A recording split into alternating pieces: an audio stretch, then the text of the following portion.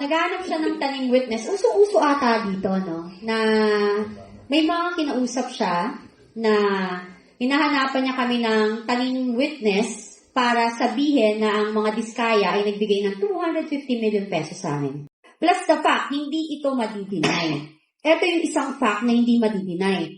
Si Toby Tiangco, nagsalita siya before. Sinabi niya, nandun siya nung nag-uusap si BBM, si Martin Romualdez, at si Saldico, at sinisita daw ni BBM, si Martin and si Saldico, na sinasabi na ilang Ferrari, ilang yate, ilang chopper, ilang eroplano, at ilang caviar pang gusto niyong kainin. So alam na alam ni BBM na may kalokohan to. Pero ni isa sa mga yon wala pa rin nakukulong until now. Pag-upo, ang bungad talaga kaagad ng presidente kay Martin is, Martin, kayo ni Saldi, ilan bang bahay sa Forbes ang gusto nyong bilhin? Ilan bang eroplano ang kailangan ninyo? Ilan bang Ferrari ang gusto nyo? Gaano karaming pera ba ang gusto nyo? Gaano karaming caviar ba ang kaya nyong kainin? Yun ang bungad. Klarong-klaro na they are obstructing the truth, suppressing the truth and justice. Ayaw nila malaman ng buong bansa kung paano ni-rape ang pambansang budget ng 3 taon, 2023, 24, and 2025. Patuloy ang panggagahasa sa budget. Now, we have to be very insistent dito sa pagbulatlat dito sa issue na ito kasi si Senator Marcoleta and former Congressman Defensor, yun na wag natin sayangin yung ginawa nilang sakripisyo. Kaya sila nasa jail, I honestly believe, dahil pinagkaisahan sila at there was retaliation dahil sa advocacy nila. Huwag natin sayangin yung kanilang sakripisyo. Paglaban natin sila. Kasi pag hindi natin mapanagot ang mga sangkot at nakinabang sa flood control na umabot sa more than 1 trillion pesos, lahat tayo mag-suffer. The economy has weakened. More than 2% na lang yata ang growth sa GDP. Tapos ang buhay ngayon napakahirap. Mataas lahat, sabi ni Cathy. Mag-62 na yung dollar. Halos lahat ng mataas. Ang sweldo na lang mababa, ang income na lang ang wala or mababa, lahat nagsitaasan. That's because merong real effect itong flood control scam na ito. Imagine more than 1 trillion na wala sa market, tinatabong ngayon, hino-hoard. Hindi nila ginagastos kasi multi-trade sila. So wala yung pera na yan, more than 1 trillion sa market. You can just imagine the implication of that. It will not produce enough opportunities, negosyo, and trabaho. Kaya nagsasuffer ang economy natin. That's why we have to insist on the investigation of the flood control scam. Kasi affected tayo directly, hindi lang indirectly, directly. Kaya dapat mabusisian na ito, ma-open na ito again. At managot ang dapat managot. Kung nakinabang kayo, pasensya kayo. May maleta raw according to the Brave 23. The people want to know kung totoo yan. Why not give them the opportunity to prove yung sinasabi nilang deliveries? 3 to 4 times a week for 3 years. Can you imagine? Tapos sasabihin nyo, hindi nangyari yan. Come on. Sobra naman yan. 3 to 4 times a week ang deliveries of maleta tapos hindi nangyari. Nobody will believe that. Kaya nga tayo, we are suffering from an image problem abroad. Ayaw na mag-invest dito kasi nagsisinungaling ang mga opisyales. Panagutin nyo yan, face it. Kung matapang kayo, face it. Like a true man or woman. Yun ang dapat natin gawin. At saka Attorney Luna, no, we have, nakalabas yan sa media, 2.5 million na mamayang Pilipino wala ng trabaho. Sa bawat ordinaryong Pilipino, sabihin mong merong 4 na pamilya, sa isang isang tao na nagtatrabaho, may apat sila sa pamilya nila. So, 2.5 million times 4, that's 10 million na hindi kumakain. Plus the fact, hindi ito madidinay. Ito yung isang fact na hindi madidinay. Si Toby Tiangco, nagsalita siya before. Sinabi niya, nandun siya nung nag-uusap si BBM, si Martin Romualdez, at si Saldico, at sinisitad daw ni BBM, si Martin and si Saldico, na sinasabi na ilang Ferrari, ilang yate, ilang chopper, ilang eroplano, at ilang caviar pa ang gusto niyong kainin. So, alam na alam ni BBM na may kalokohan to. Pero ni isa sa mga yon wala pa rin nakukulong until now. Pag-upo, ang bungad talaga kaagad ng presidente kay Martin is, Martin, kayo ni Saldi, ilan bang bahay sa Forbes ang gusto niyong bilhin? Ilan bang eroplano ang kailangan ninyo? Ilan bang Ferrari ang gusto nyo? Gaano karaming pera ba ang gusto nyo? Gaano karaming caviar ba ang kaya nyo kainin? Yun ang bungad. Yun yung opening statement. Nung November 24. Tsaka pa lang niya sinabi na sobra na kayo. Lahat ng pera kinukuha niya. Pero yan yung opening statement niya. Yan yung unang-unang sinabi niya na hindi ko dinidisclose kasi sabi ko napaka sakit ng mga salita, di ba? Ibig sabihin, ang unang isip ko, ulitin ko, papagalitan mo pala to, bakit sinama mo pa ako dito? So yun. So kaya makikita mo, puro sabi, di ba? Sabi ni Pangulo. And ang daming instances na kahit dito sa Congress, palagi niya, kaya minsan nagtatalo kami. Another one, si Saldico nagpahayag na ng kanyang, nagsalita na siya na talagang may nangyayari yun. At sinusugan. In fairness. Sinusugan niya yung statement ni Guteza at ng 18 Marines. Na totoo yun. Pangatlo, sorry, namali ako sa mata. Magaling na mata ko. Yung sinabi ni Martin Romualdez na nasa executive ang desisyon sa paglabas ng budget at saka he will not go down alone. Diba? Yun lang po. Yvette? Yes po, Yes. idagdag ko lang po kasi itong issue ng Blue Ribbon Committee. Dapat ho ba nagpapatawag na ngayon si Senator Lacson o after pa ng siya ba Blue Ribbon? Si Erwin Tulfo. Dapat ho ba at this point, ngayong mga panahon, dapat ho ba nagko-conduct na rin siya simultaneously ng hearing or hindi pa po? They're still on break. I'm calling on the Senate to restart the investigation into the flood control corruption. Kahit pa, they are performing their constitutional duty as an impeachment court. Wala namang problema yan eh. It's a matter of scheduling. Di ba? Makakampanan pa rin nila yung kanilang mga functions. Walang problema. Ito lang paralyze the Senate. So, restart the investigation into the flood control scam. Kasi yan po ang hinihintay ng taong bayan kahit pa mag-survey tayo. Totoo. Attorney, hindi natin sususugan para yun yung sususugan yung lahat yung sasabihin ng natin. Kasi ganito yan. Hinawi nila yung Blue Ribbon. Pinalitan nila yung committee yung chairperson ng committee ng Blue Ribbon. Ngayon, may nakatayo na dyan sa Blue Ribbon. Yun ang according to the script or sa kanilang plano.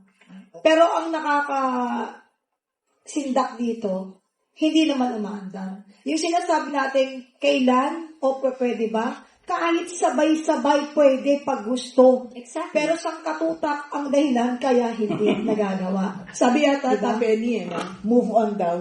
Move on na daw, sabi ng chairman. At saka may rin ako, nabalitaan namin na itong si Pinky ay naghahanap, kilala niya na yung sarili niya. Naghahanap siya ng taning witness. Uso-uso ata dito, no? Na may mga kinausap siya na hinahanapan niya kami ng taning witness para sabihin na ang mga diskaya ay nagbigay ng 250 million pesos sa amin. Diba? Huwag kang feeling gero. Diba? Huwag kang feelinggero. Huwag kayo masyadong confident. Oo, feelinggera ba? Oo nga, Pinky pa lang. So, ang tawag dito, huwag kayong overconfident. Kasi kung feeling nyo may mga tao kayo na nakakausap at panic sa inyo, mas marami yung pumapanik sa katotohanan. At ayaw maging kakampi ng demonyo. Ayan, yung Blue Ribbon Committee, Kaso yung bang sinasabi niya, naghahanap ng tanim, ano ba yung gustong mahanap? Farmers? Hindi, ang hinahanap yung itatanim palang aanihin na. Hindi. Meron din. Mahirap kasi Kakatanim palang aanihin na. Hindi, ka-Astra tsaka Kape. Mahirap din kasi magtanim kapag semento yung negosyo, di ba? Ayan, balik tayo dun sa Blue Ribbon, kasi mga kababayan, nakita nyo naman kung paano nila pilit na minamaniobra na pigilin ang flood control hearings, di ba? O unang-una, nagpalit tayo ng Senate President para maayos na. Pinilit nila yung pagpalit ulit ng Senate President para mapalitan yung Blue Ribbon Committee Chair para hindi matuloy. Naalala nyo na dapat meron pang hearing na gagawin si Senator Marcoleta sa flood control. Biglang nagsulat nag-issue ang kampo ni Gatchalian na hindi daw legit ang magiging hearing na yon. Kaya ang ginawa ng kampo ng grupo ni Senator Alan Cayetano, nag-file sa Supreme Court questioning the June 3 na proceedings ng Senado. Ngayon naman, eto na, nalipat na yung ako, feeling ko, special request niya yun na siya yung i-appoint bilang Blue Ribbon Committee chairperson. Kasi yung pamilya nila involved at nakatanggap din na flood control. So, saan ka po nakakita, mga kababayan, na ang maglilid sa investigasyon ng flood control ay siya rin inaakusahan na nakinabang sa flood control project. Ngayon, kahit po nasa break ang Senate ngayon, pwede po silang mag-conduct ng committee hearings. Kaya mga kababayan, manawagan tayo, dikdikin natin. Dikdikin natin ang lahat ng social media natin at ipanawagan natin na ang mga senador ay manindigan, ipagpatuloy ang flood control hearings na naantala dahil sa kanilang calisthenics. Parang mga gymnast sila ngayon dyan sa Senado, di ba? Kailangan ituloy ang flood control hearings kaakibat at kasabay sa ginagawang pagdinig ng Korte Suprema. Kung ang Korte Suprema ay hindi tumitigil, dapat ang Senado ay hindi din tumigil because you are the last bastion of democracy in the Philippines. Pero Paano ang Senado ngayon na may Malacanang Senate daw, merong may Malacanang Senate at may People's Senate. May Senate of the Philippines. Dalawang klaseng Senado na daw. Dalawang uri. Ngayon na uri. nagkakaiba, di ba? May dalawang gavel na rin. Astra, tuloy-tuloy natin to kasi malapit na tayo dumating dun sa pinaka-ante ng lahat, yung rapid fire round na gagawin natin sa dalawa. And of course, salamat sa lahat na nandirito, mga bloggers, medias, and of course, our moderators na talagang laging sinasaluduhan nating lahat. And of course, our guest panelist for today. At syempre, ang stand po ng PDP ay malinaw at ito'y tandaan ninyong lahat.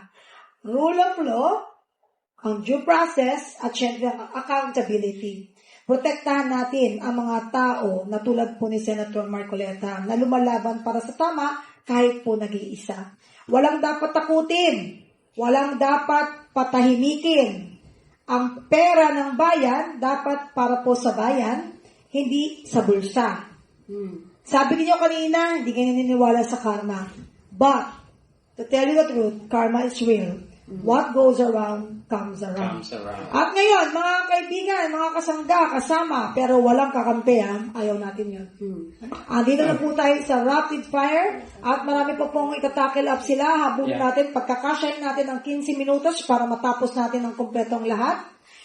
Eto na, Mga ka-PDP, oras na para sa ating rapid fire round. 30 seconds per answer lang, mga panelists. Laban tayo dito, ha? And of course, may mga list of question po para kay Ma'am Cathy at kay Atty. Luna. At, pwede na. Game na ba kayo? Game na. Okay. Ako, ha? O, gusto mo, ka-Ibet, ikaw ang unang magtanong. Okay. Sa 5 sa rapid fire. Okay, first question, Attorney Luna. Yan na. Constitutional ba ang impeachment trial kay VP Sara? Yes or no? May problema, no. Kasi yung presiding officer Sandali pa lang. lang, questionable na. Because it should be the Senate President who should preside, not Senator Judge Cheese Escudero. Okay. Ang answer yes or no? Yes or no? No, because No. there's a problem. Yes? Ka-Yvette? Alright. Dapat ba protektahan ang independence ni Senator Marcoleta sa Senado? Yes. Yes. Okay. May pananagutan ba ang gumawa ng ghost flood control project? Yes Of na course. yes. Yes. Kaya dapat talaga gawin na yung yung bitay. Ibalik natin yung bitay. May ngipin pa ba ang Senate Blue Ribbon ngayon? Wala under the present leadership, no. Ka- Wala. Wala nang hearing eh. Tapos si Erwin Tulfo ang chairman. Paano yan? May conflict of interest. Wala bang pwedeng in middle? Kasi malay mo naman biglang mag-bounce back si Erwin Tulfo. So the answer is, Sandali lang. so the answer is a big no. Ha? Yeah, sa'yo, big no. Big no because he is the chairman. Kung iba ang chairman, baka hindi. Wag lang yung isa pa na dati. Oo. Another problem din yun. Okay. Ang sama ng tingin mo. Ang ganda ng sagot. Init ng ulo. Parang nagugustuhan ng ating mga media at ng mga ating vloggers yung sagot ni Atty. Luna. At ngayon naman, susunod naman na isasalo natin sa rapid fire ay si Ma'am Cathy. Pangunahan nyo, ka-Astra. Tagal. Tagal. Rapid Hindi na kasalarin. Magsalarin mo na ako. Kaya huwag ka kunwari na Hindi maganda pala yung pwede ng sa- mata. Basa. Basa. Miss Cathy, nakakatakot ba magsalita ngayon dahil sa nangyayari kay Senator Marcoleta? Yes or no? Hindi. Very inspiring. Yay! Another question. Political persecution ba ang nangyayari sa impeachment trial? Yes or no? Yes, halatang halata, di ba? Kasi ano siya ano mo yung melodrama? Di ba? Paulit-ulit. scripted. K-drama? K-drama. Paulit-ulit. Okay. Corruption ba ang dahilan kung bakit binabaha pa rin tayo? Yes or no? Of course, yes. Malaking yes. Why? Ano yun? Why? Okay. Dapat bang i-public ang lahat ng Blue Ribbon hearings? Yes. May pag-asa pa ba na matuldukan ang korupsyon sa gobyerno? As long na may political will, walang takot, walang kaibigan or kamag-anak. Kasi dapat ang loyalty ng bawat leader natin is nasa bayan. Yun. Eto, ako na magtatanong para po sa inyong dalawa, Atty. Luna, Ma'am Cathy. Yeah. Naniniwala ba kayo na karma is real sa mga magnanakaw sa kaban ng bayan? Yes or no? A very big yes. Yes na yes. Ako yes na yes. Kasi kahit anong pilit nilang pagtatakip dyan, yung flood control, yung bagyo, kung kailan nag-start yung impeachment, nagbaha. Di ba?